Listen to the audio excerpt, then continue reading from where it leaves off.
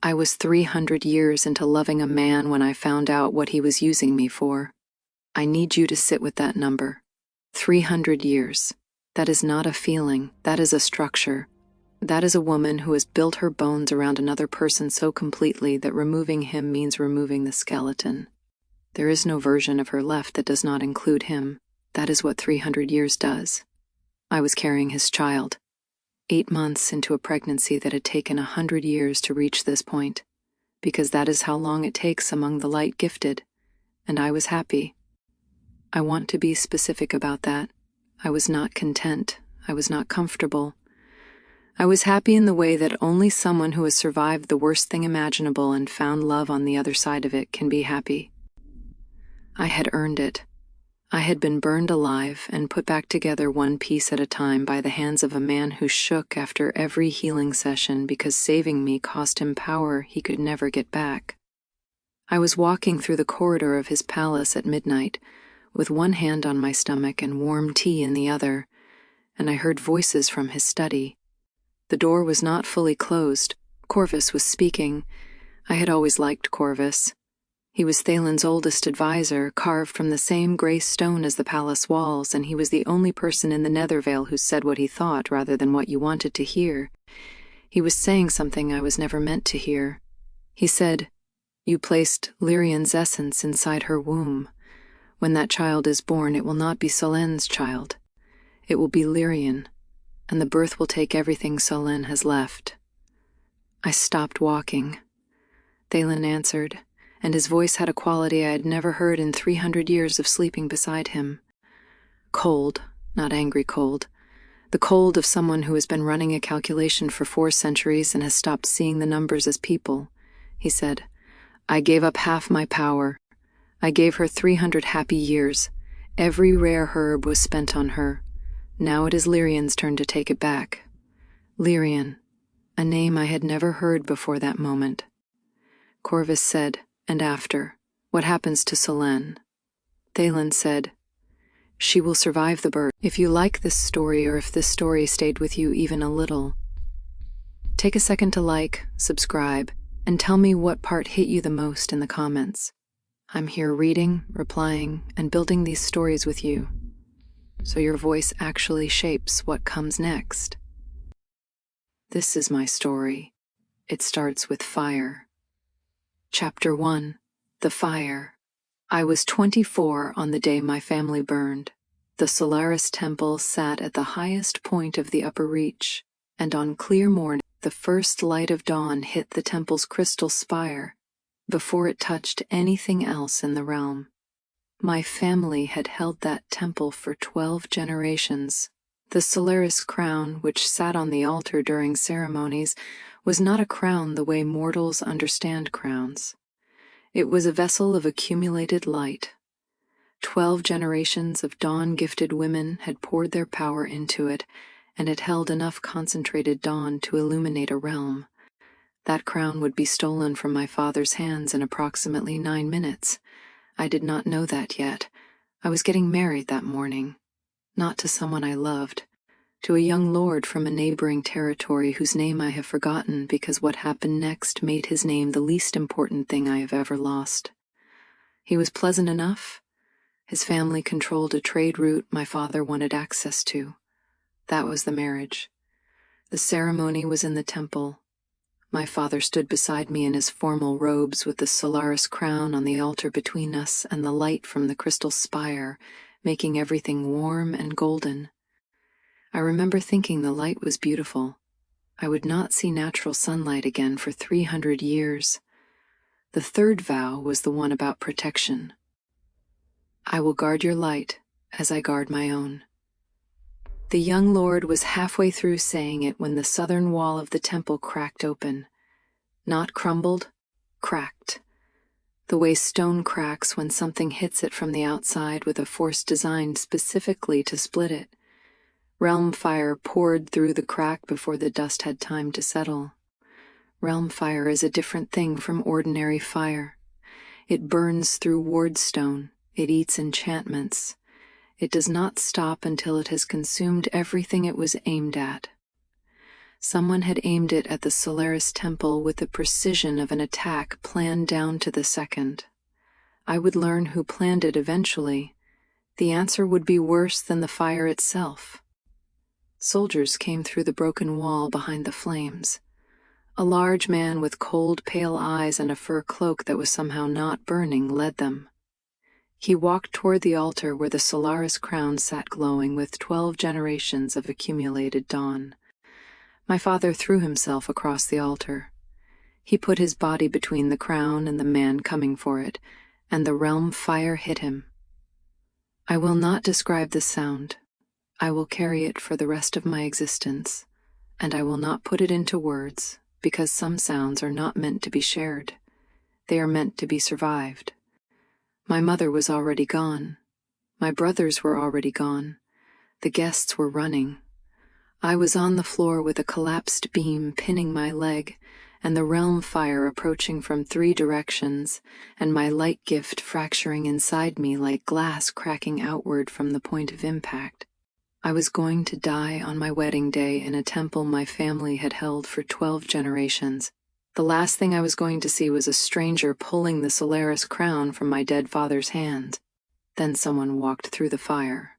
Not around it, through it, the way you walk through a doorway. The flames parted around him and closed behind him, and he moved through the burning temple as if the fire was a minor inconvenience he had been expecting.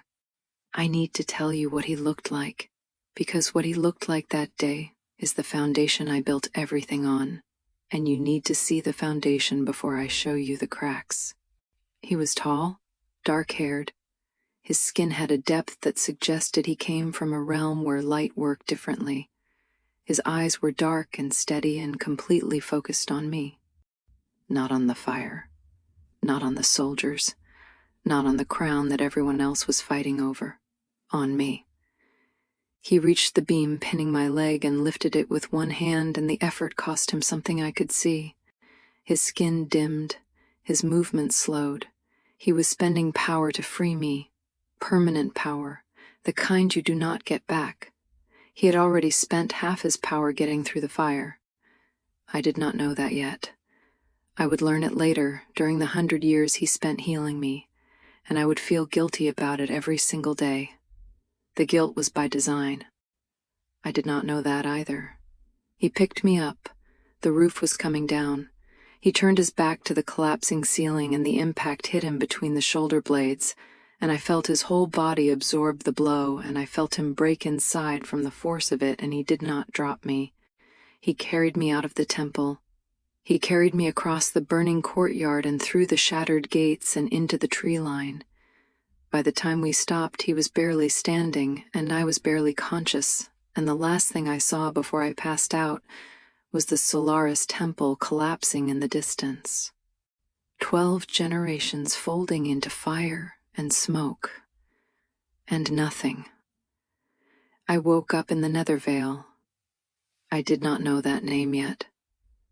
I did not know where I was or who had brought me, or why my body felt like it had been taken apart and reassembled by someone who was not quite sure how the pieces fit. I knew pain. I knew the smell of shadow and old stone. I knew that the light in this place was wrong. Not the warm golden light of the upper reach. Something cooler. Something constructed. I would learn later that there is no natural light in the Nethervale. Every beam of warmth in that realm had been built, including the ones he built for me. Especially the ones he built for me. And I knew the man sitting beside my bed. His hands were bandaged. The impact from the roof had broken something in his back that he was still carrying. He was sitting in a chair beside a bed I did not recognize in a room I had never seen. And the first thing he said to me was, "You are safe. I am going to take care of you." I believed him. I believed him because he had walked through fire for me, because his hands were broken from shielding me, because his power was halved from saving me, because every piece of visible evidence told me that this man had sacrificed enormously for a stranger, and when someone sacrifices for you, the gratitude rewires your trust at a level that logic cannot reach. His name was Thalen. He was the ruler of the Nethervale, and for the next 300 years he would feed me, heal me, marry me, hold me, and call me his heart every single night before we fell asleep. He was lying. Every time. For 300 years. With a patience I still cannot fully comprehend. But I did not know that yet. All I knew was that his hands were broken and he had saved my life, and when he said, "You are safe," I believed him with the complete trust of a woman who has lost everything and has been given a place to land. I landed, and the landing was the trap. I would not learn what he actually saved me for until the night I stood outside his study door, 300 years later, 8 months along with a child that was never meant to be mine, and heard him say a name I had never heard before. Lirien, the woman he had been building me to replace. Chapter 2, The Healing. He healed me for 100 years. I need you to understand what that looked like, because the 100 years of healing are the reason I fell in love with him. And you need to feel the weight of that love before I show you what it was made of. Every morning for a century, Thalen sat beside my bed and placed his hands on the places where the realm fire had fractured my light gift. His palms were warm, his touch was precise. He knew the geography of my injuries better than I did because he had mapped them in the first week and spent the following 100 years working through them one fracture at a time with the methodical patience of someone who believes that time is not a cost but a tool. His hands shook after every session. I noticed this in the second year, and it never stopped. The healing drew from his own power, the half he had left after the fire, and every session reduced what remained by a small amount. He was pouring himself into me the way water pours into a cracked vessel, slowly and steadily, and aware that some of it would never come back. I asked him to stop once. Year 11. I said the pain was manageable and I could live with the remaining fractures, and he did not need to keep spending himself on me. He looked at me with an expression I had never received from another person. It was the expression of someone who cannot understand why you would suggest they stop doing the thing they are doing, because the doing is not a choice. It is a direction. The way north is a direction. He said, "I will stop when you are whole." He did not stop.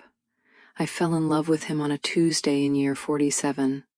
I know it was a Tuesday because I had been counting days as a way to maintain structure in a realm where time moved differently, and the day I fell in love with him was the day I stopped counting. He was sitting on the terrace of the room he had built for me, a room with an east-facing window that caught the morning light, and he was reading. He read constantly. Not for pleasure, although I think he enjoyed it. He read to understand things. That was his fundamental quality. He wanted to understand how things worked so he could make them work the way he needed them to. I should have heard the warning in that. I did not. I reached over and put my hand on his forearm. Just that. A hand on a forearm.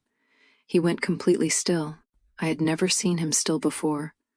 He was always moving, always tending, always adjusting something in the palace or in my treatment or in the careful architecture of the life he was building around me. The stillness told me something I did not know I was asking. There is no natural east in the Nethervale, no direction where the sun rises because there is no sun. Thalen had built the window. He had built the light that came through it. He had engineered a sunrise specifically for the room I slept in so that I would wake every morning to something that felt like home. I thought that was love. I thought only someone who loved you would build you a sunrise. I was not entirely wrong. That is the part of this story that makes it hard to tell. He did love me, in the way that a man who tends a garden loves the garden. The garden is real, the care is real.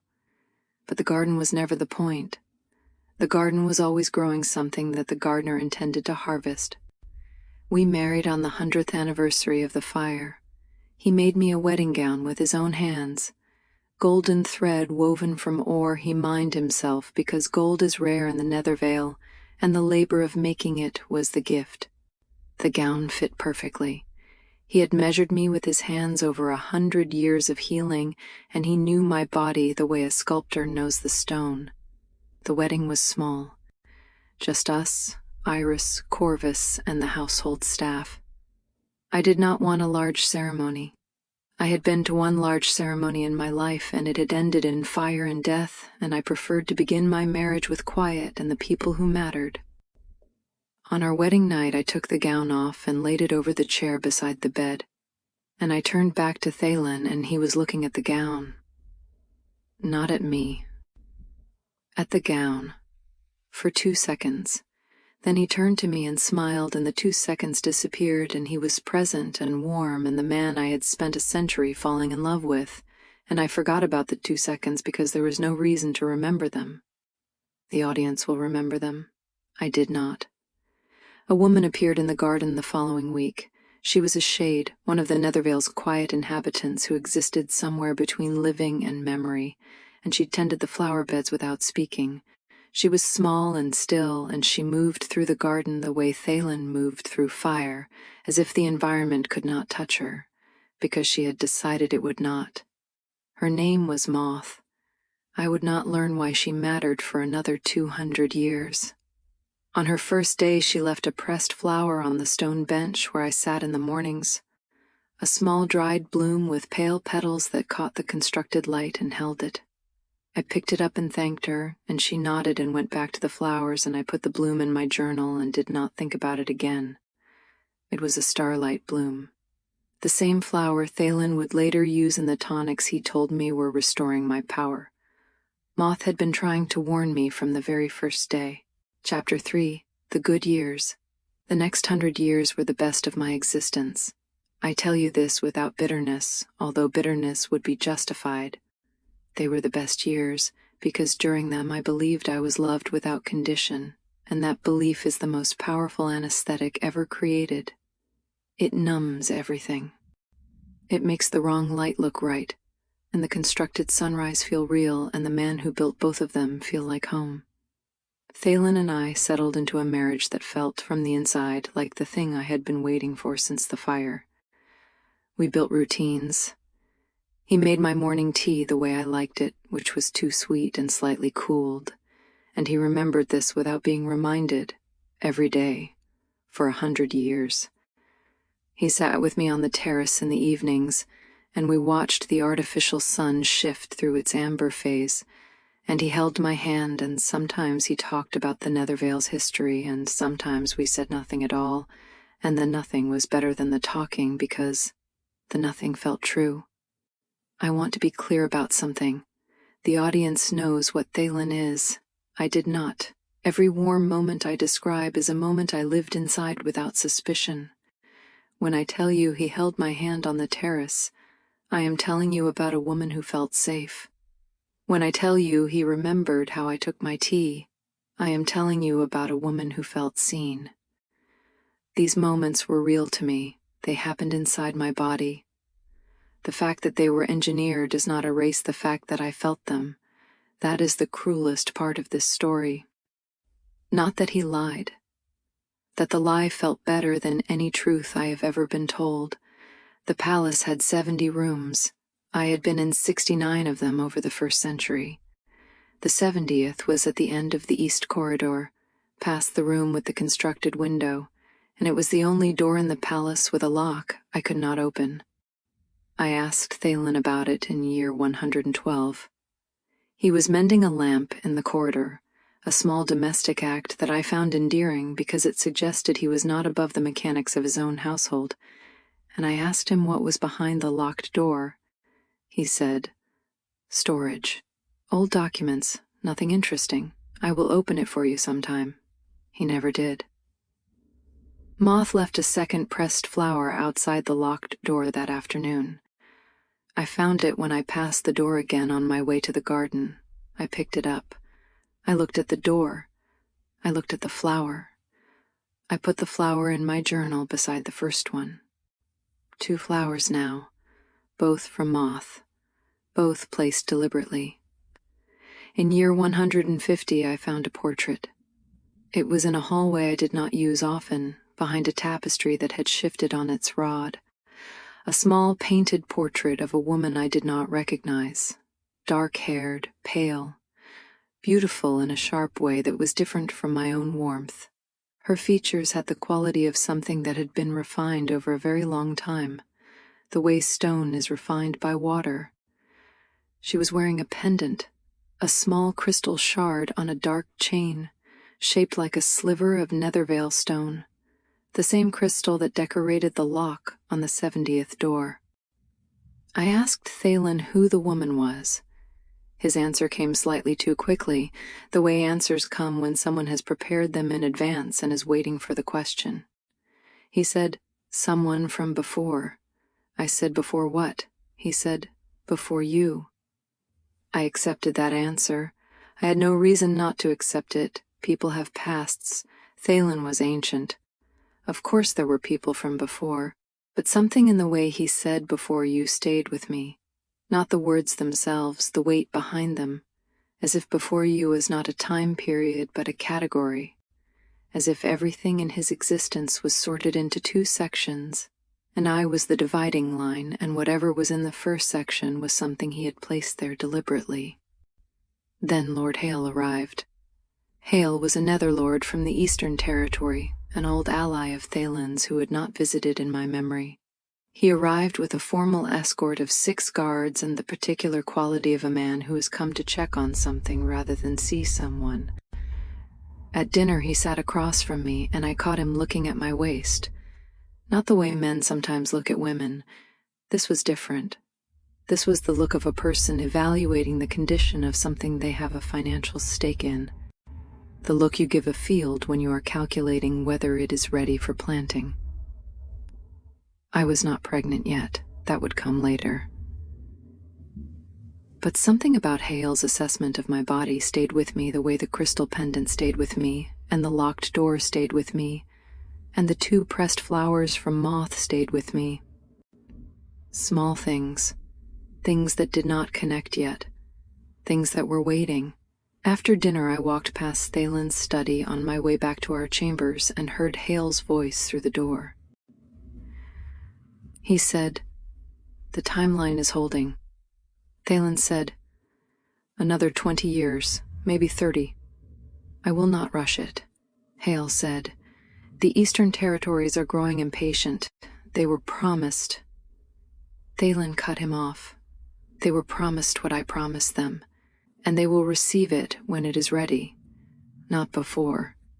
I stood in the corridor and processed the conversation the way I processed everything in the Nethervale, carefully and without jumping to conclusions, because jumping to conclusions required suspicion, and suspicion required a reason, and I did not have one.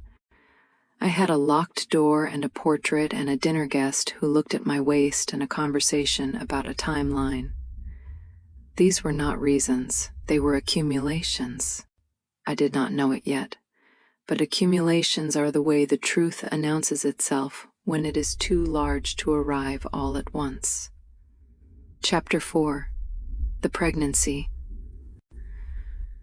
I became pregnant in our 200th year together. Thalen received the news with an intensity that I initially read as joy, and then, over the following weeks, began to read as something closer to relief. The way a man who has been waiting for a specific result looks when the result finally arrives. Not surprise. Confirmation. He began preparing tonics for me personally. Every evening, a warm bowl of something herbal and slightly sweet that he mixed in the small apothecary room beside our chambers. He told me the tonics would strengthen my body for the pregnancy.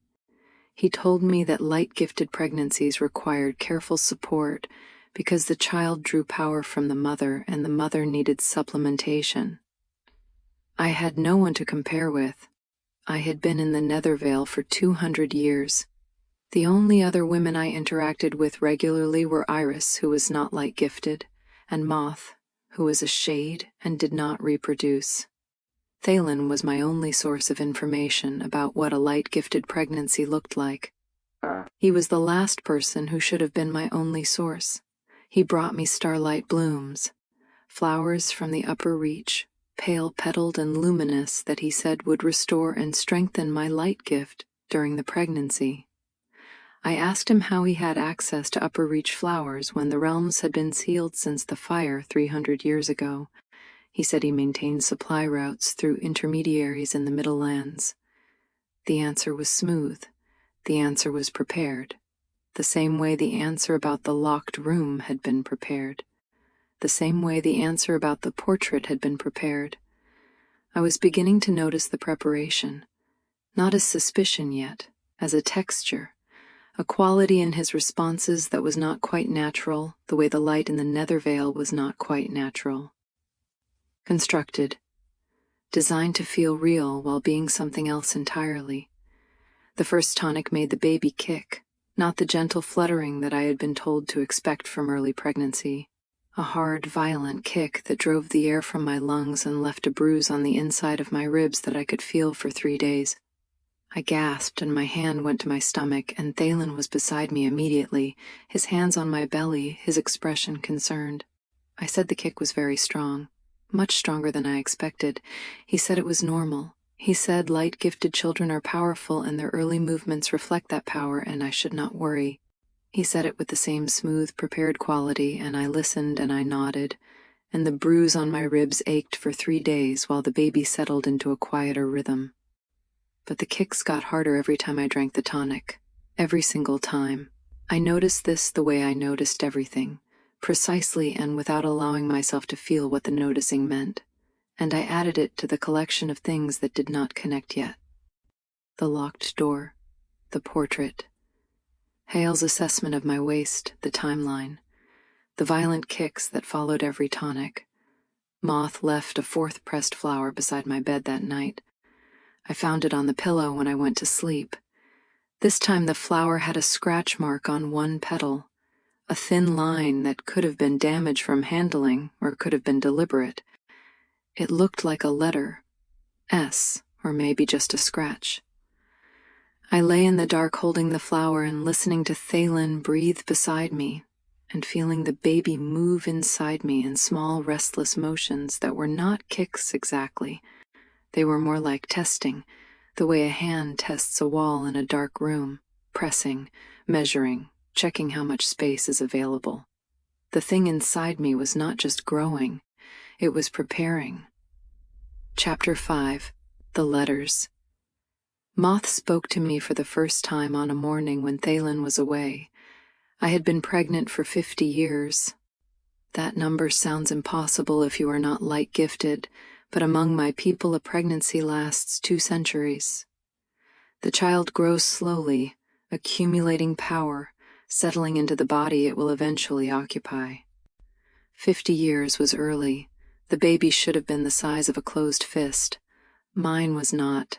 Mine was large and active and kicked with a force that left bruises on my ribs and an ache in my spine that no position could relieve. Thalen said this was normal. I was running out of reasons to believe him. He had gone to the Eastern Territory to meet with Lord Hale. A 3-day trip. The palace felt different without him. Not empty, relieved. As if the walls themselves relaxed when his attention was elsewhere.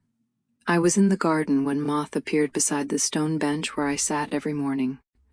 She had been tending the flower beds in her usual silence, moving between the rows with the careful attention of someone who understood that growing things required patience and proximity and very little talking.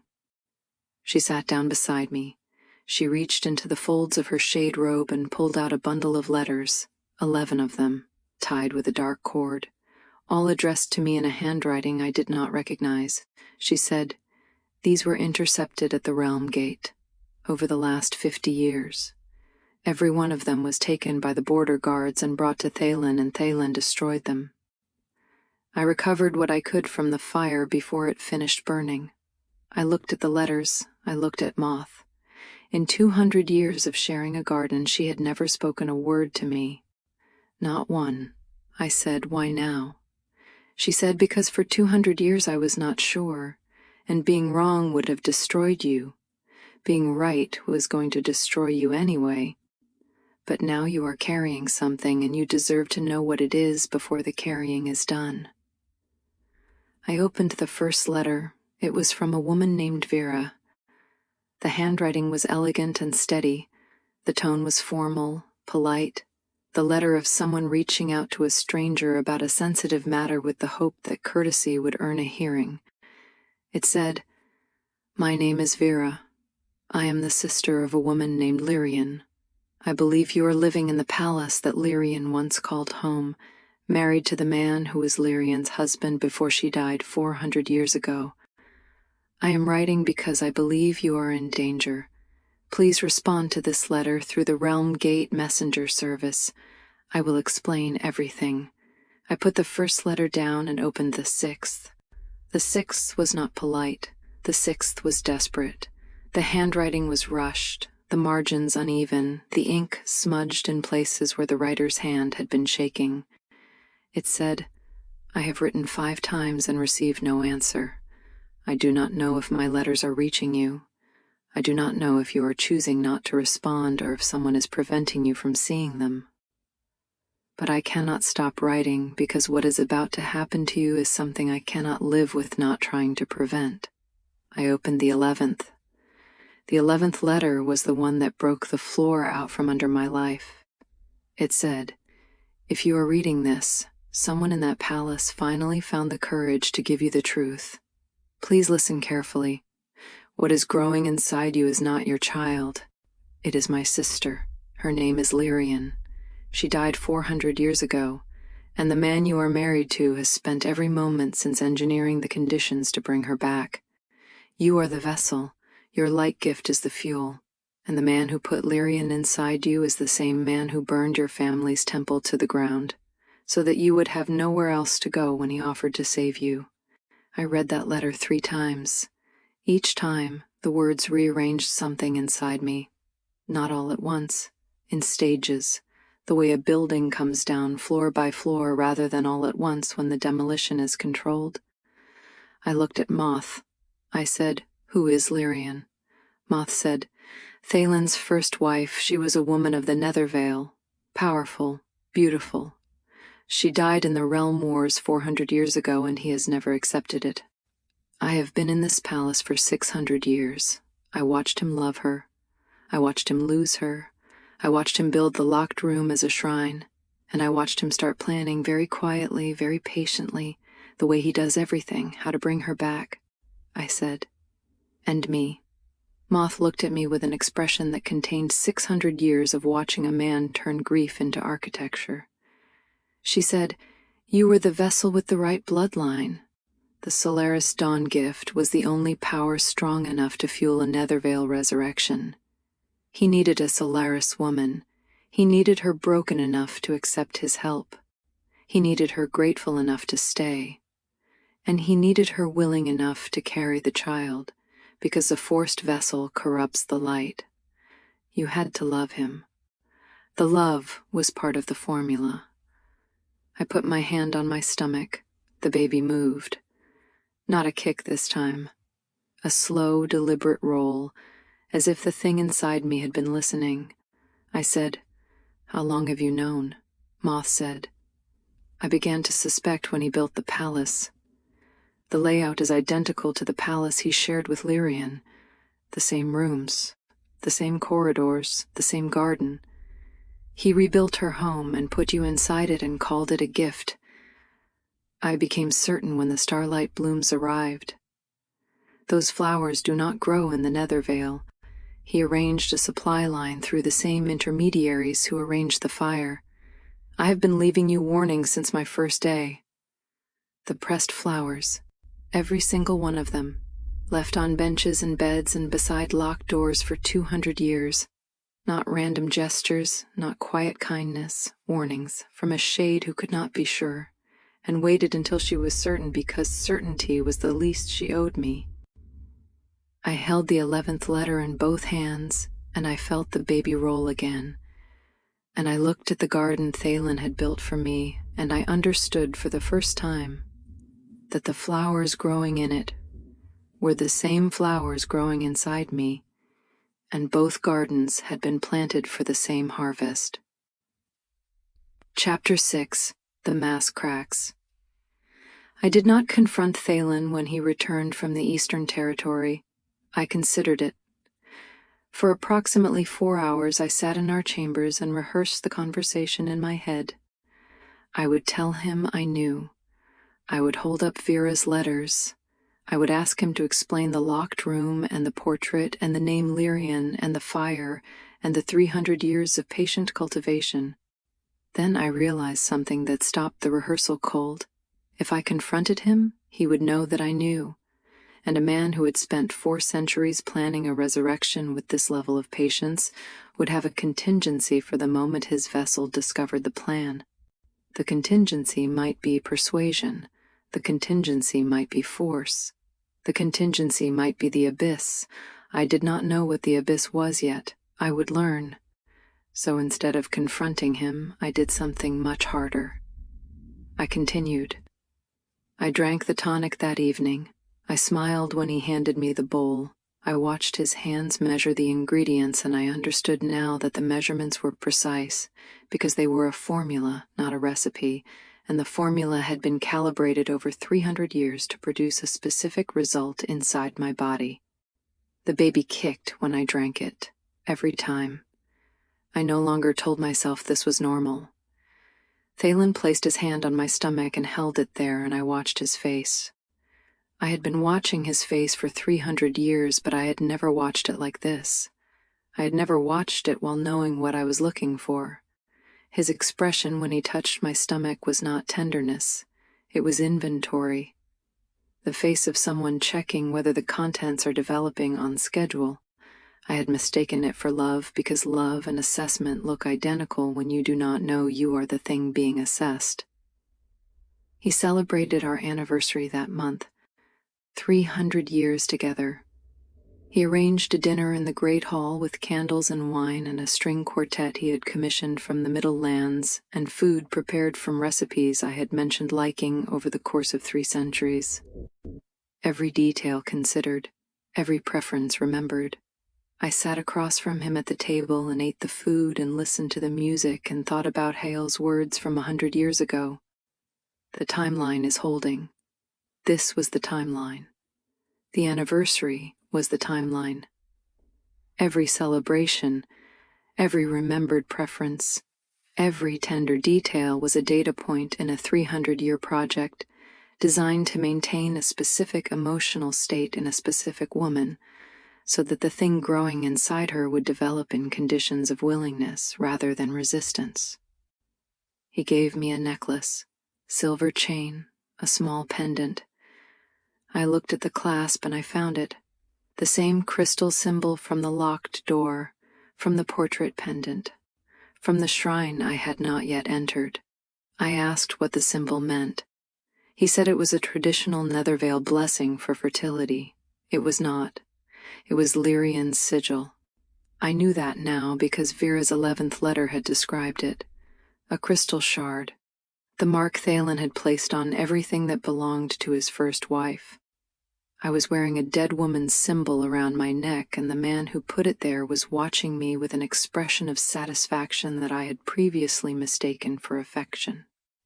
I fastened the clasp, and I smiled, and I thanked him, and the smile was the first lie I had ever told him in 300 years. It was easier than I expected. Lying to someone who has been lying to you for 3 centuries is not revenge. It is not satisfaction, it is survival. It is learning to breathe in the same poisoned air that has been keeping you alive and knowing now that the air was never meant to keep you alive. It was meant to keep you growing. I wore the necklace every day for the next 50 years while I waited and watched and planned. Chapter 7. The Corridor Again. 50 years later. The baby was due within the year. I was walking the corridor of the palace at midnight with one hand on my stomach and warm tea in the other, and I heard voices from his study. This is where the story catches up to where I started. I know you have heard this conversation before.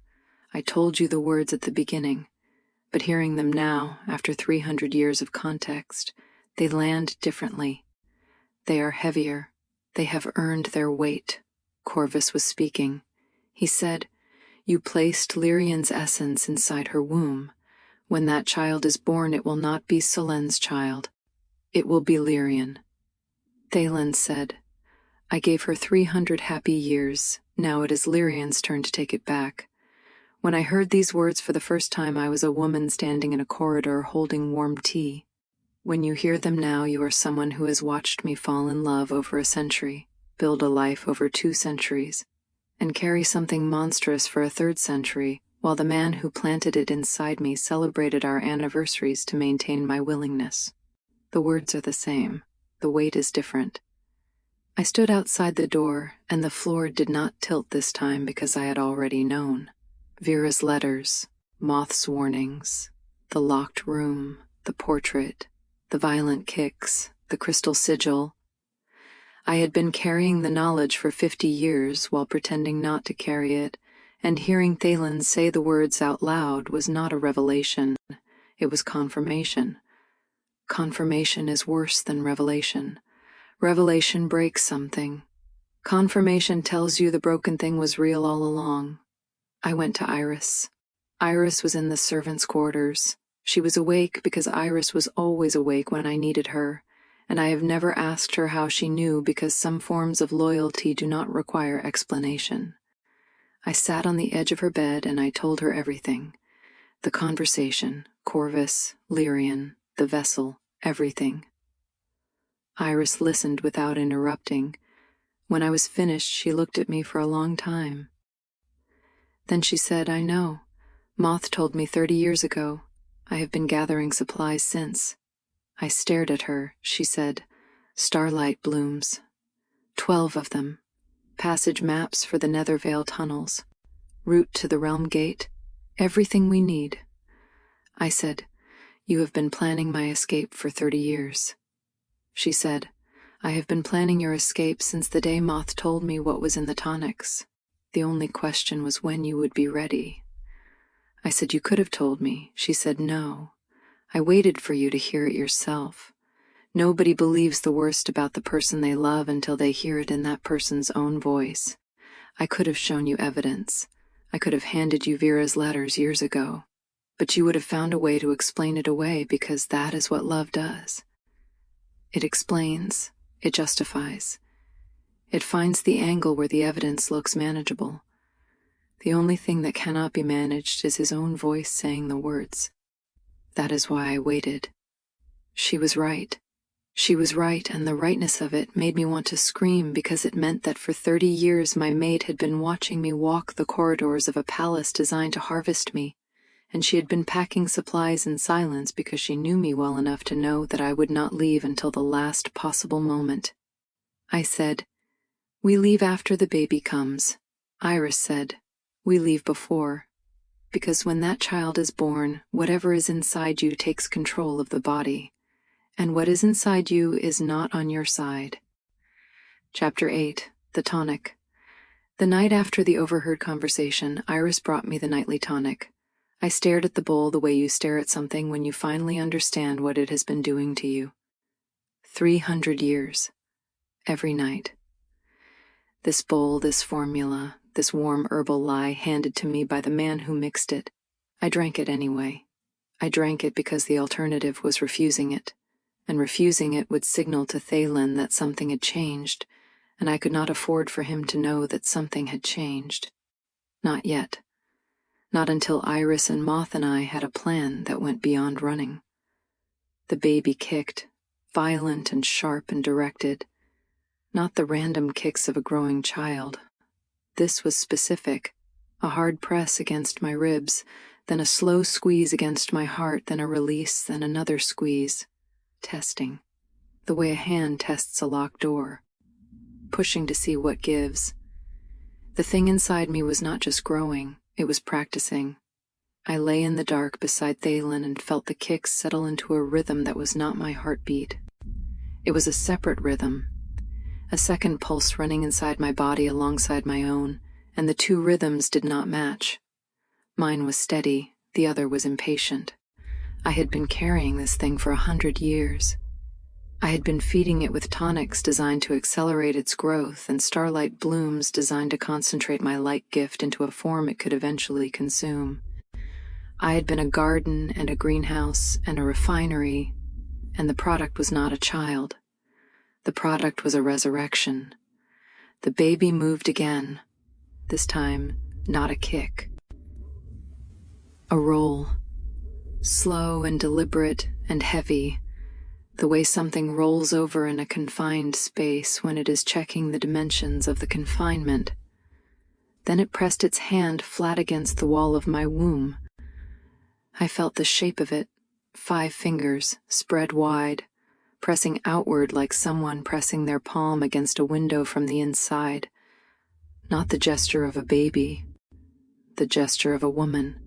I lay perfectly still, and I breathed, and I felt Lirien press her hand against the inside of my body, and I understood that the thing I was carrying had been conscious for much longer than I had known, and it was not waiting to be born.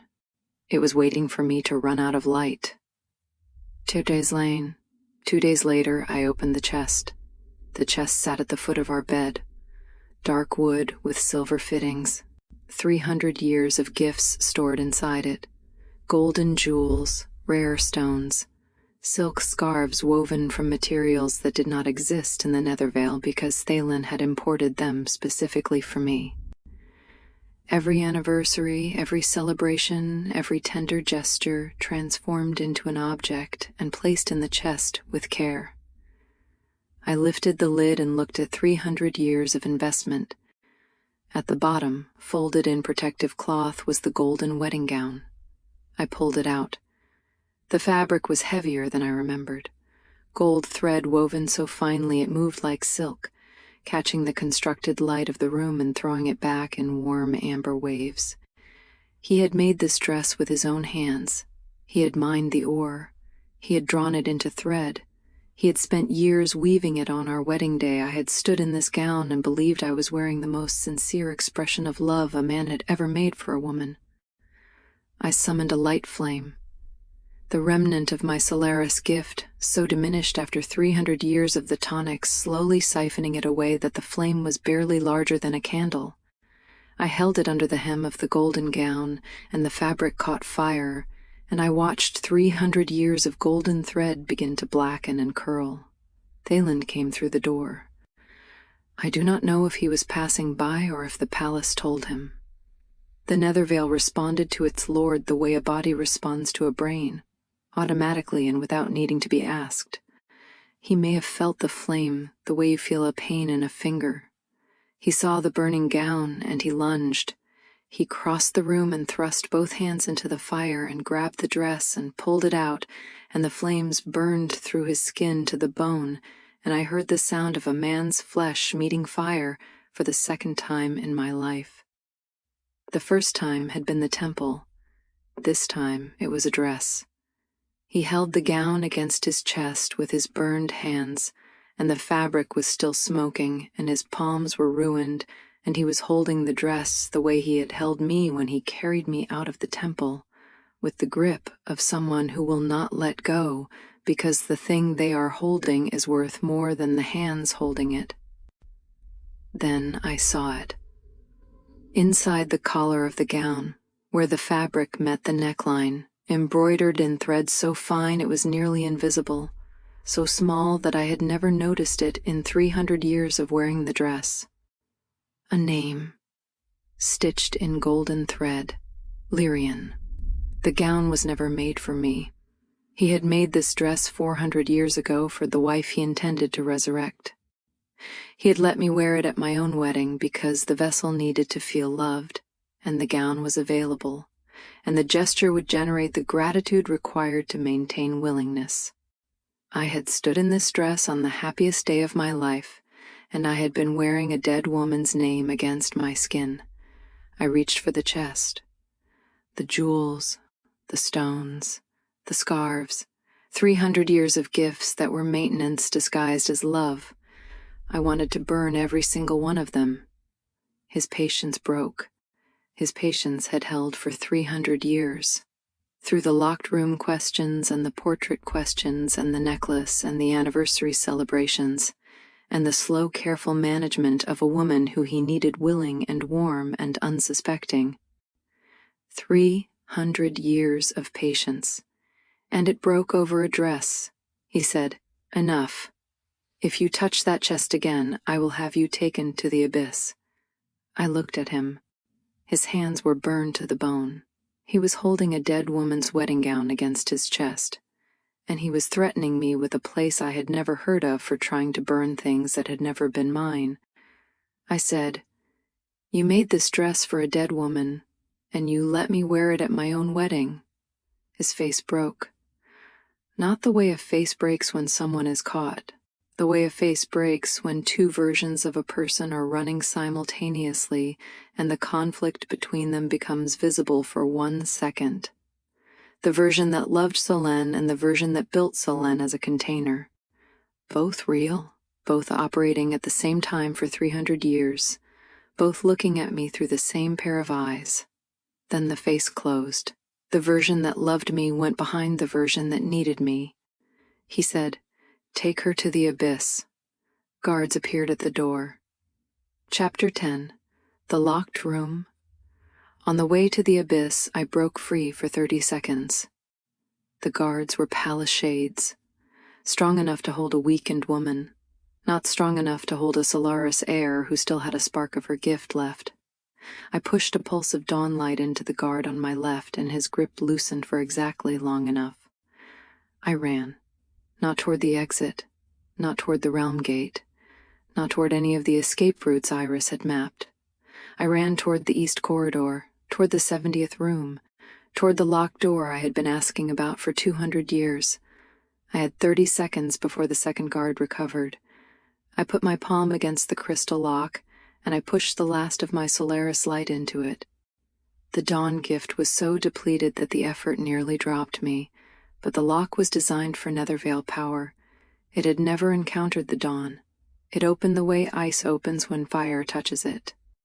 Not slowly, all at once. The door swung inward. Inside was a shrine. The portrait I had found behind the tapestry was repeated on every wall, the dark-haired woman with the sharp face and the crystal pendant. Lirien.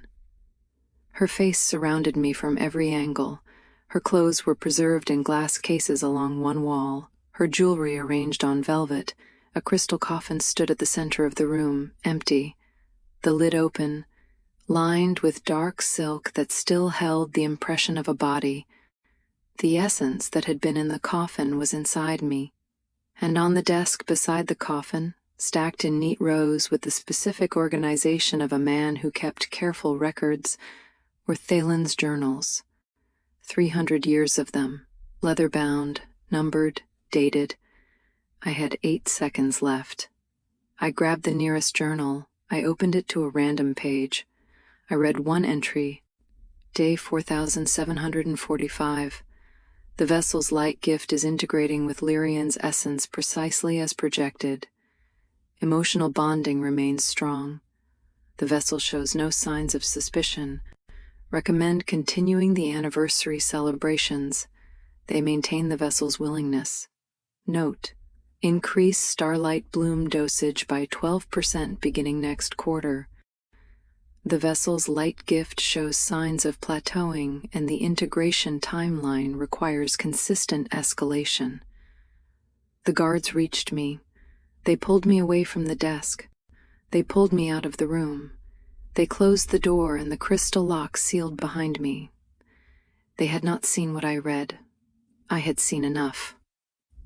Anniversary celebrations. They maintain the vessel's willingness. I had celebrated 300 anniversaries with a man who recorded them as maintenance. Chapter 11. The Abyss. The abyss was the deepest part of the Nethervale. The guards took me down stairs that went so far beneath the palace I stopped counting the flights. The air changed, the temperature changed, the quality of the darkness changed. The dark above was absence of light. The dark below was presence of something else, something that moved and breathed and had weight. Shadow fire. The Nethervale's version of what the upper reach called the dawn. except the dawn creates. Shadow fire consumes. It burns without heat, and it hurts without killing, and it does not stop because it is not fire. It is patience in the form of flame. At the center of the abyss ran a river of shadow fire, black and silent and moving with the slow certainty of something that has been burning since before anyone alive can remember. And in the center of the river stood a cage, iron, tall enough to stand in, narrow enough that standing was the only option. The bars glowed red from the proximity to the shadow fire, not white-hot, not cherry red, the dull, deep red of iron that has been heating for centuries. The guards opened the cage and put me inside, and locked the door, and the first bar touched my shoulder, and my skin seared against the iron, and the smell of burning filled the air, and I screamed. I screamed for the first time in 300 years, and nobody came. The cage was too narrow to avoid the bars. Every movement pressed some part of my body against heated iron. My dress melted where it touched the metal. The fabric fused to my skin. The pain was not the sharp pain of a cut or a break. It was the slow, constant pain of something that is never going to stop, and the knowledge that it is never going to stop is the part that breaks you. Not the burning, the endlessness. Then a voice came from inside me. Sharp, female, clear. Not my voice, she said. Finally, I have been waiting for this. The guards froze. They looked at my stomach. They looked at each other. She said, "Keep her in the cage. Do not release her until I say. Do you understand who I am?" The guards understood. I could see it in their faces. The recognition was not surprise. It was confirmation. They had been told. They had been briefed. They knew that the thing growing inside the Netherlord's wife was not a baby. It was their lord's first wife, and their loyalty was to Lirien before it was to me. One of the guards bowed his head. He said, "Yes, Lady Lirien." And just like that, the chain of command shifted. The Nethervale was Thalin's realm, but Thalin's realm had been Lirien's realm first, and the memory of that ran deeper than 300 years of a substitute. Lirien spoke again, from inside my womb, her voice vibrating through my ribcage and out of my mouth like a ventriloquist using a puppet. She said, "You lived in my place. You slept in my bed. You wore my gown.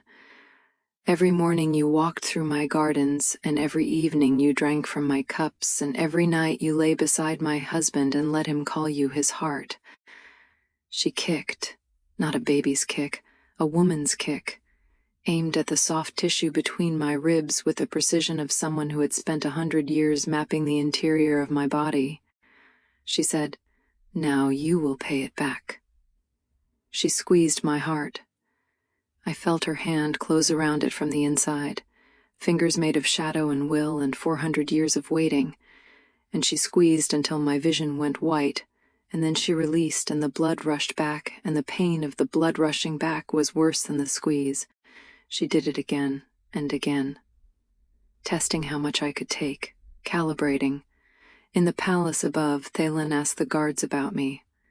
They showed him an image, a false one. Me lying on the floor of the abyss chamber, curled on my side, breathing evenly, unharmed. He looked at the image and his face hardened. He said, "Keep her there until she learns." He did not know about the cage. He did not know about the shadow fire. He did not know that the guards were following Lirien's orders now. Or he knew and had decided that knowing was not the same as seeing, and not seeing was the same as not being responsible. I have never been certain which. In 300 years of studying this man, I never learned whether his cruelty was ignorance or design. Maybe it was both. Maybe the two things lived in him the same way the two versions of his love lived in him, side by side, each one real, each one allowing the other to exist by not looking directly at it. Lirien spoke again from my womb. She told me details about Thalin, private things, the way he liked his tea, the sound he made when he was falling asleep, the specific way he held a book when he was reading, Intimate details that could only come from a woman who had been his wife, delivered from inside my body while I burned in a cage, to prove that she had been there the entire time. Watching, through my eyes, through my skin. For 100 years of pregnancy, she had witnessed every moment between me and Thalen. Every kiss, every night, every time he called me his heart. She had watched all of it from inside me, and she had hated every single second. The violation was total. Not just the cage, not just the fire.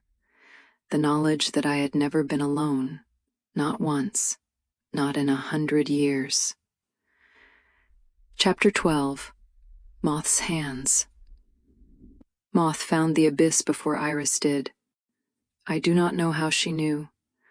I do not know how a shade who tended gardens in the daylight levels of the palace navigated to the deepest part of the Nethervale, past the guards, past the shadow, past the stairs that no living shade willingly walked.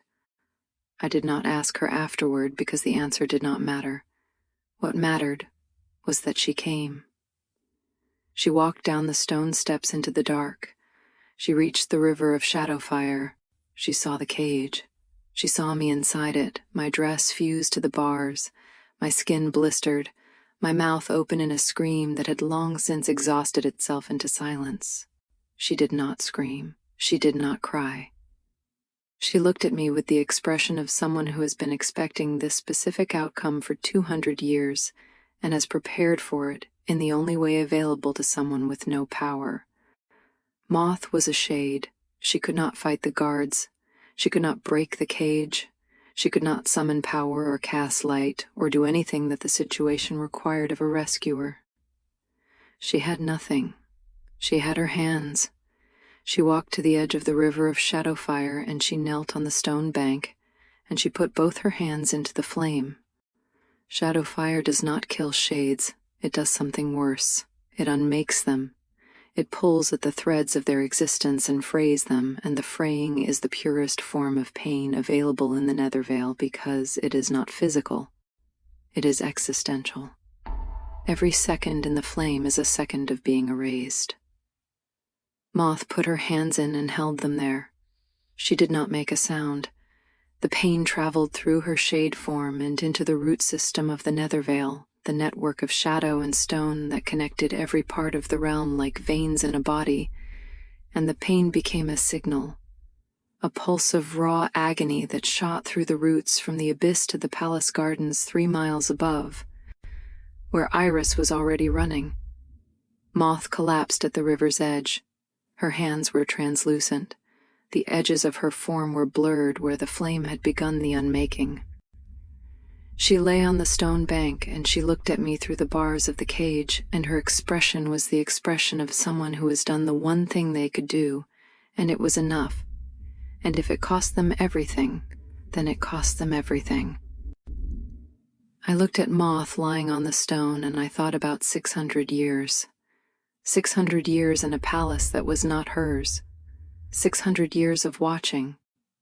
600 years of pressing flowers and placing them where I might find them and waiting with the patience of someone who had learned patience from the most patient man in the realm and had turned his own weapon into something better. She had no power. She had hands, and she had put them in the fire. I have never in my life seen anything braver. Chapter 13. The Dawn Wakes. Lirien was keeping me alive. I want you to understand this because it is the most important detail of what happened next. She was keeping my heart beating with her own power, not to save me, to extend the suffering. If I died, she died with me. The vessel was not ready for birth yet. She needed me alive for another few months, and alive meant alive in the cage in the Shadowfire with her hand around my heart, and the bars searing my skin, and the endlessness of it settling into my bones like something permanent. She projected herself from the womb, not born, not physical, a shadow form that stepped out of my body and stood beside the cage and looked at me through the bars with the face from the portrait. Sharp, pale, beautiful in the way that a knife is beautiful. She stood in the shadow fire without flinching because she was made of shadow and shadow cannot burn shadow. She watched me burn. Then, the thing that nobody planned for happened. My Solaris gift reacted to the shadow fire, the dawn, the first light, the gift my family had carried for 12 generations, the gift that Thalen had been slowly siphoning for 300 years through tonics and starlight blooms, the gift that was supposed to be almost gone by now, reduced to a remnant barely strong enough to light a candle. The remnant was not supposed to react. It was supposed to be passive, depleted, a residue waiting to be extracted during the birth. But the dawn is not passive. The dawn is the thing that comes after the darkest hour. It does not resist darkness. It does not fight darkness. It consumes darkness. The dawn has been arriving after the dark since before the realms existed, and the pattern is older than any plan Thalen could construct. The shadow fire entered my body through the burns. It passed through my skin and into my blood, and it met the remnant of the dawn inside me, and the dawn did what it has always done. It arrived. Golden light erupted from my body. Not a candle, not a spark, a detonation. The dawn gift consumed the shadow fire the way sunrise consumes the night, completely, totally, without negotiation. And the light that came out of me was not the depleted remnant of 12 generations. It was something new. Something that had eaten darkness and grown teeth. The cage cracked.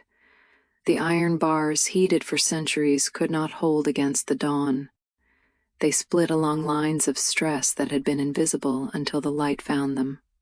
The cage broke open around me, and the shadow fire recoiled from my body the way a wave recoils from a cliff. Lirien's projection screamed. The shadow form that had been standing beside the cage watching me burn dissolved in the golden light, like smoke and wind. She was pulled back into the womb, back into the body she had been haunting for 100 years, and I felt her go, felt the weight of her retreat inside me like a door slamming in a house. For 3 seconds I was the dawn, the full inheritance, the complete gift, 12 generations of accumulated power, amplified by the shadow fire it had consumed, burning inside me with a brightness that made the walls of the abyss glow gold. Then it faded. The remnant was too small to sustain it. 3 seconds of full power, and then the darkness came back and I was standing in the broken cage with burned skin and a broken dress and nothing left. But the cage was broken, and Iris was on the stairs. She reached me at a run. She was carrying Moth. She had 12 starlight blooms in the pocket of her apron, all that she and Moth had gathered over 30 years. She said, 12 blooms, 2 hours. That is all the time we have. I swallowed all 12. I said, 2 hours is enough. Enough to reach the realm gate. Enough to survive the crossing he spent 300 years telling me I was too weak to survive. Enough to find out what is actually inside me and whether it can be stopped. Iris said, and Moth. I looked at Moth's collapsed form in Iris's arms. The shade who had put her hands in the fire to send a signal. The shade who had been pressing flowers beside my bed for 200 years because that was the only warning available to someone with no power and no voice and nothing except patience and the willingness to burn. I said, she comes with us. Chapter 14. The Gate. We moved through the nether veil at the speed the 12 blooms allowed. The blooms restored a fraction of my Solaris gift. Enough to light my hands with dawn fire. Enough to burn through the guards who tried to stop us in the lower corridors. Not enough to sustain a fight. Enough to win short ones and run from longer ones. Iris carried Moth. I carried the child. Lirien was fighting from inside, kicking, squeezing, pressing her hand against my ribs and pushing outward with the intention of stopping me from reaching the gate. She was no longer testing the walls. She was trying to break them. Every kick was a negotiation, every squeeze was a demand. Stay, stop, let me out. I did not stop. We reached the realm gate in 90 minutes. The gate was a vertical tear in the fabric of the nether veil, a wound in the stone wall at the edge of the realm where the dark ended and the crossing began. Beyond the gate was the realm lightning, the force that separated the nether veil from the upper reach. Pure energy, raw, violent. The same force Thalen had told me for 300 years I was too weak to survive. I was too weak. Before. Thalen was standing between me and the gate. He had arrived before us. The nether veil was his realm, and it moved to his will the way a hand moves to a brain's command. He knew the moment we started running. He knew our route. He was waiting. He did not look like the man I had been married to for 300 years. He looked like the man who walked through fire on my wedding day. The version of Thalen that was willing to lose everything to get what he wanted. The version that had sacrificed half his power without hesitation because the sacrifice was part of a calculation, not an impulse. Shadow chains erupted from the stone floor. They wrapped around my ankles, cold and heavy and alive, crawling up my legs with the specific intention of holding me in place. His voice was not cold now. It was desperate, raw, the desperation of a man watching 400 years of planning walk away from him. He said, "I cannot let you leave. 300 years, everything I sacrificed, half my power, a century of healing, the palace, the gown, everything I built for you. I cannot let you take it all and walk away." He meant Lirien. Even now, with me standing in front of him, burned and bleeding and carrying his child and wearing the marks of his cage on my skin, he meant Lirien. He closed the distance. The chains held my legs. He put his hand on my stomach, and I felt him reach through my body with his nether veil power, reaching for Lirien, trying to communicate with the thing inside me, trying to establish a connection with the wife he had been trying to resurrect for 4 centuries. He was reaching through me to get to her. I was in the way. I grabbed his wrist. I pushed the last of the 12 blooms' power through my hand and into his arm. Dawn light, the first light, the thing that consumes darkness. It entered his bloodstream through the contact, and it burned through him from the inside out. Not lethally. The 12 blooms were not strong enough for that, but enough to break his grip, enough to make his hand release my stomach, enough to make his knees buckle and his chains dissolve and his body fold forward as the dawn light did to his insides what the shadow fire had done to mine. He fell to his knees. I looked down at him. The most patient man in the realm, the man who had built a 300-year lie and maintained it with anniversary dinners and golden gowns and tonics and starlight blooms and the precise measured care of someone tending a garden they intended to harvest. I said, "You saved me once. Now let me save myself." I turned and walked into the realm lightning. He did not follow, not because he chose not to, because the dawn light I had pushed into him was still burning through his body and he could not move for 60 seconds. I was gone before the burning stopped. Chapter 15. The crossing. The realm lightning hit me and every nerve in my body fired at once. Thalen had told me for 300 years that I was too weak to survive the crossing. He said the lightning between the nether veil and the upper reach was lethal to anyone whose power had been compromised. He said the damage from the temple fire had left my light gift too fractured to withstand the force.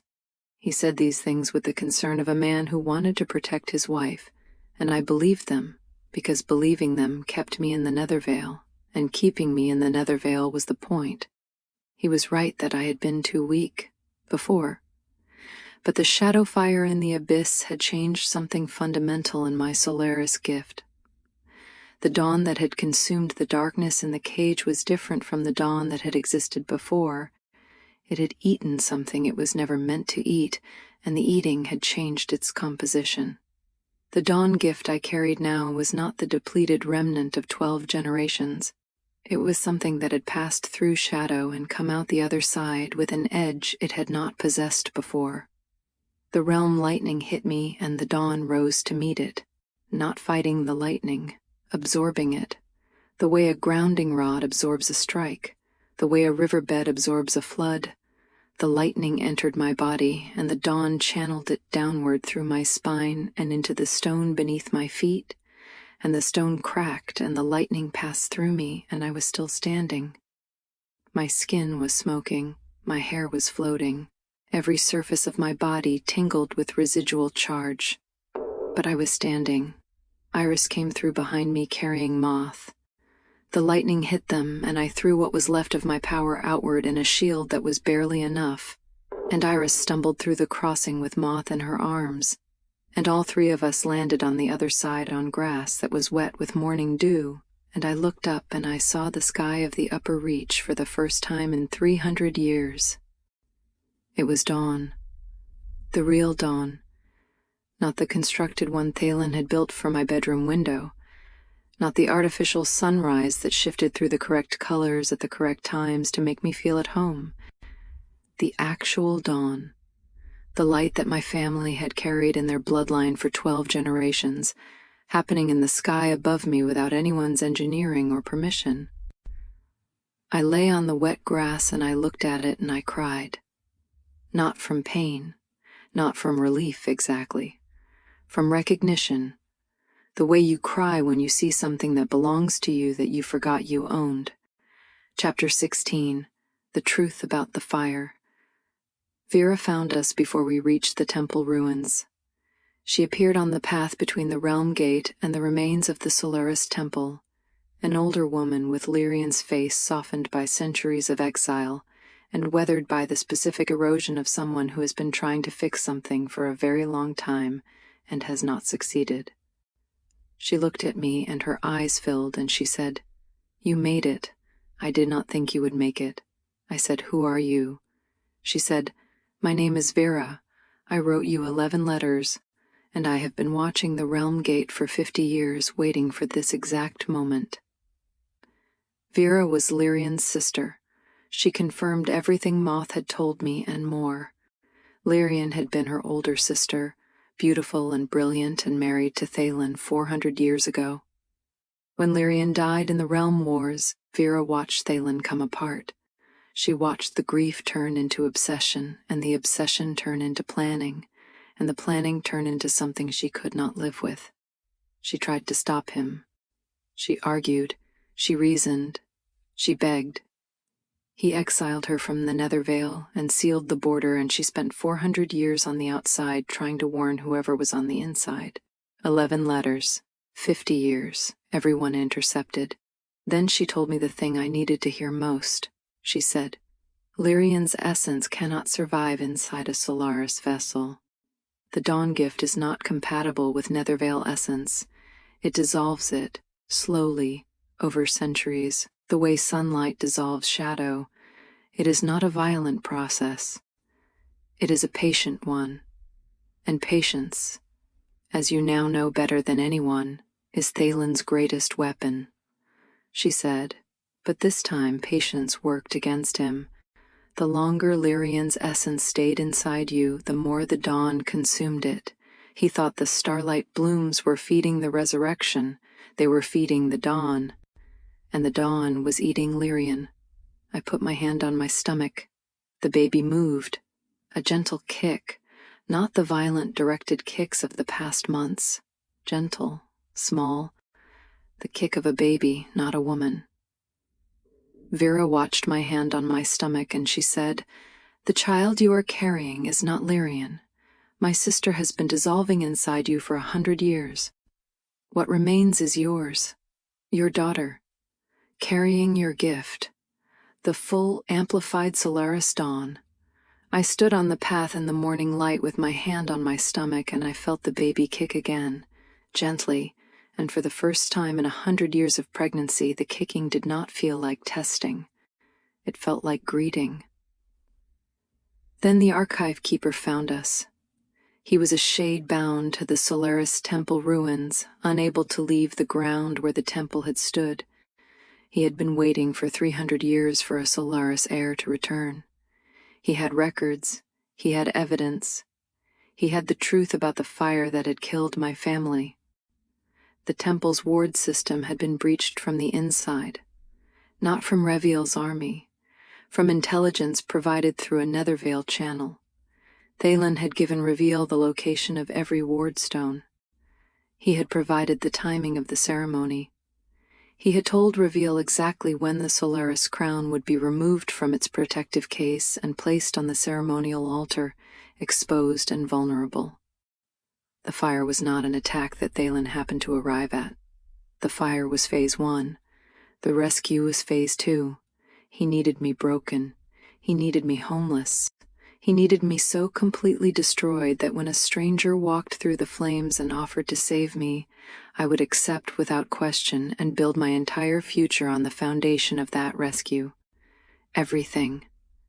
The fire that killed my father, the 100 years of healing, the palace of light, the east-facing window, the golden wedding gown, the tonics, the starlight blooms, the anniversary celebrations that maintained the vessel's willingness. 300 years of the most patient lie in the history of the realms. All of it was architecture. I was never rescued, I was collected. The archive keeper showed me one more thing. The Solaris crown, the one Reviel stole from my father's hands, had been the ceremonial symbol of the Dawn gift, but the Dawn gift itself was never in the crown. It was in the bloodline. It had always been in the bloodline. The crown was an empty vessel that held reflected light. The real power was in the women who carried it, generation after generation, in their blood and their bones and their children. Thalen had built his entire 400-year plan on a misunderstanding of how the Solaris gift worked. He thought the power was in the crown and needed to be extracted through the vessel. He was wrong. The power was in me. It had always been in me, and the 300 years of starlight blooms he fed me to prepare Lirien's resurrection had not prepared anything except the amplification of the very power that made resurrection impossible. He had fed the dawn for 300 years, and the dawn had eaten his dead wife. Chapter 17. The Return. I went back to the Nethervale. I did not run this time. I walked. The Solaris gift was awake now, fully awake, burning inside me at a power level that 12 generations of Solaris women had never reached because none of them had ever consumed shadow fire and survived realm lightning and been fed 3 centuries of starlight blooms by a man who thought he was fueling a resurrection. I was the dawn, not a remnant, not a fraction, the full thing, concentrated and amplified and carrying a child who would be more powerful still. I walked to the realm gate and the realm lightning parted around me because the dawn was always meant to pass through darkness. That is what it does. That is all it has ever done. Vera walked behind me. Iris walked behind Vera carrying Moth, who had recovered enough to open her eyes but not enough to stand. 4 women walking into the Nethervale, one of them carrying the sun. The Nethervale felt different when I entered it this time. The shadow did not press against me the way it had for 300 years. It pulled back, the way a room pulls back when someone turns on a light. I walked through the palace corridors that I had walked for 300 years as a wife, as a vessel, as a container for someone else's resurrection. The walls that I had believed were built for me, the gardens that I had believed were planted for me, the constructed light that I had believed was a gift. I walked past the locked door. It was open. I did not look inside. I did not need to. I already knew what was in there. I walked past the chest of gifts at the foot of the bed. The golden jewels, the rare stones, the silk scarves. 300 years of maintenance.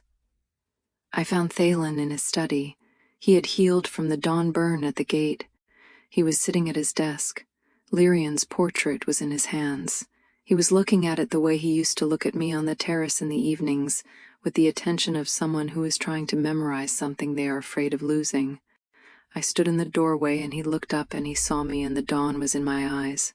Not the remnant, not the constructed light, the full Solaris inheritance, burning in the eyes of a woman he had spent 300 years trying to empty.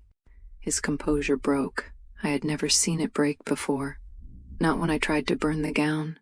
Not when I ran for the gate. Not in 300 years of marriage had I ever seen the architecture of his control collapse. It collapsed now. His face did a thing I did not know his face could do. It showed everything at once. The grief and the love and the calculation and the 400 years of patient obsession and the sudden understanding that the patience had produced the opposite of what it was designed to produce. He put Lirien's portrait on the desk, face down, and he looked at me.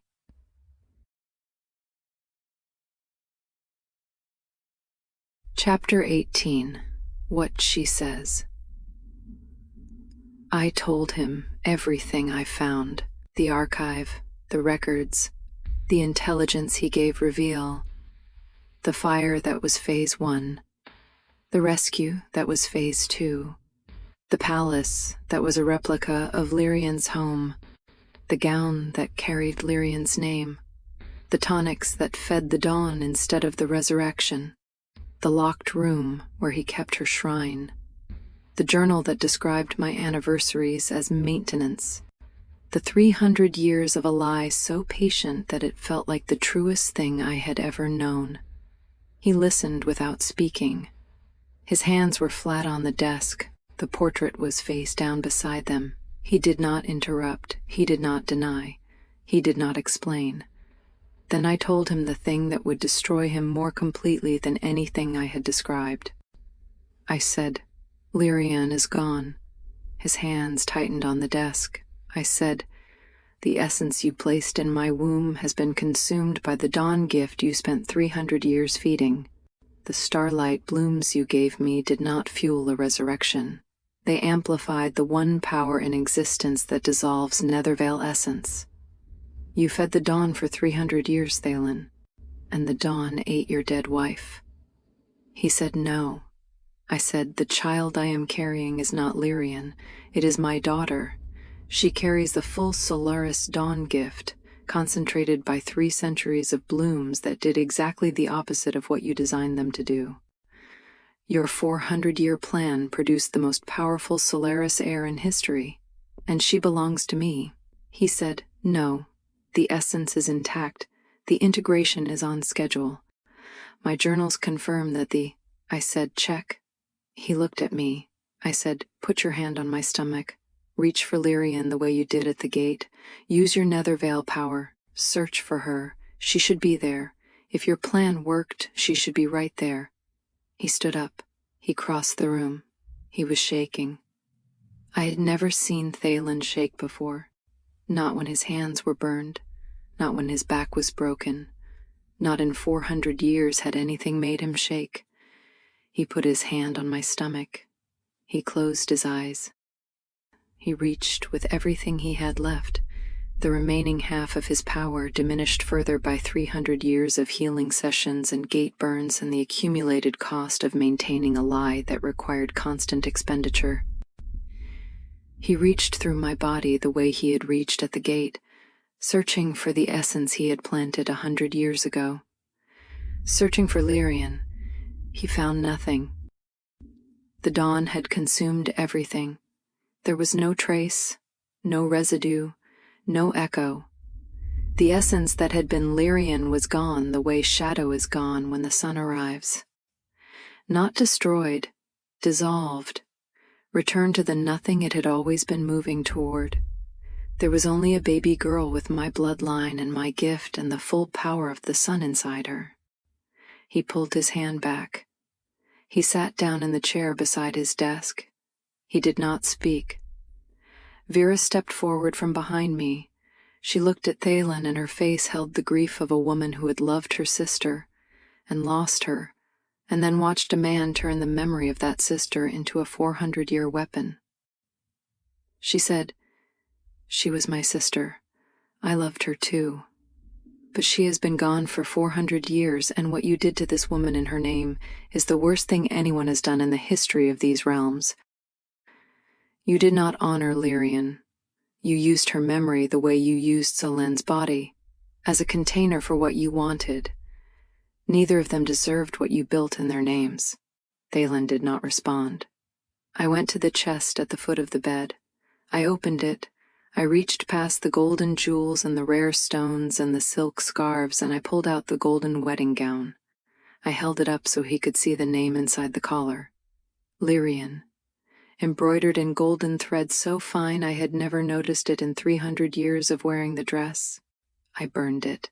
The dawn fire came easily now. Not a candle flame, a full bright blaze. The gown caught fire, and the golden thread blackened, and the fabric collapsed into ash, and I held it until there was nothing left, and the ash fell to the floor of the room where we had slept for 300 years. He did not lunge to save it. There was nothing left to save it for. I set the remains of the gown on his desk beside the face-down portrait. I said, "The anniversary celebrations were my favorite part. I want you to know that. They were real to me. Every single one, even though they were maintenance to you, even though you recorded them in your journal as a strategy for keeping the vessel willing. I sat across from you at those dinners, and I loved you, and the love was real, and I will not let you have the comfort of believing it was not. It was real, and you used it. Both of those things are true." He looked at me. I said, "That is what you need to live with. Not that you failed, that you succeeded at making someone love you and you wasted it." I walked out of the study. I walked through the palace corridors for the last time, past the locked room, past the gardens Moth had tended, past the east-facing window with the constructed sunrise, past the room where I had been healed for 100 years by hands that were building a vessel while pretending to rebuild a woman. I walked through the realm gate, and the lightning parted, and I did not look back. Epilogue. The first light. 1 year later. The Solaris Temple has been rebuilt. Not restored, rebuilt differently, by me on my terms, in a shape that has nothing to do with what came before. The crystal spire is new. The altar is new. The wards are mine. The only thing from the old temple is the ground it stands on. My daughter was born 3 months ago. Her name is Aurea. It means first light. She has my eyes, and the dawn inside her burns so brightly that the healers shielded themselves during the birth. She is the most powerful Solaris heir in 12 generations. She is the product of 300 years of starlight blooms and a 400-year miscalculation, and a mother who survived fire and shadow and a cage and a crossing and came out the other side carrying something that belonged to her all along. Moth tends the new gardens at the rebuilt temple. Her hands have healed. The shade form has stabilized. She grows starlight blooms in soil that has never been part of anyone's plan. Just flowers. Growing because they are allowed to. Growing because someone tends them with care that expects nothing in return. That is the difference between a garden and a harvest. Vera visits on the 1st of every month. She brings small things. A drawing of Lirien as a child, a pressed flower from the borderlands where she lived in exile. She gives these things to me, and I put them on the shelf in my study beside my journal. Not hidden, not displayed. Records of a person who deserved better than what was done in her name. Lirien was not a weapon. She was a woman who died and was mourned and should have been allowed to rest. I keep her image in my home because someone should remember her correctly. Iris is beside me on the temple steps this morning. She is watching Aurea sleep in my arms, and she has the expression of someone who packed 12 starlight blooms into an apron pocket 30 years ago because she knew this day would come. The sun is rising, the real sun, the actual dawn. Not the one Thalen built from my bedroom window, not the one he engineered to shift through amber at the correct time to make me feel at home. The real one. The one my family carried in their blood for 12 generations. The one I am looking at right now with my own eyes, in my own temple, on my own ground, with a daughter in my arms who carries it inside her. It looks different from how I remembered. It looks like it belongs to me. Arya stirs. Her small fist opens and closes, and a thread of golden light curls around her tiny fingers like a ribbon being held for the first time. She does not know what she is yet. She does not know what she carries. She does not know what it cost. She will learn. I will tell her. Not as a warning, as a history. So she understands that the light she carries was not given to her. It was held for her, through fire and shadow and 300 years of a lie so patient it felt like home. The dawn is hers. It was always hers. And no one will ever build her a fake one again. If this story stayed with you, if it followed you past the ending, tell me in the comments which moment broke you. Was it the corridor? The gown? The name Lirien stitched inside the collar? Was it Moth putting her hands in the fire? Was it the anniversary celebrations that were maintenance? Tell me. I want to know which part of Selene's story lives in you now, and if you are still here, still listening, stay. There is always another story waiting. Like and subscribe so you do not miss it.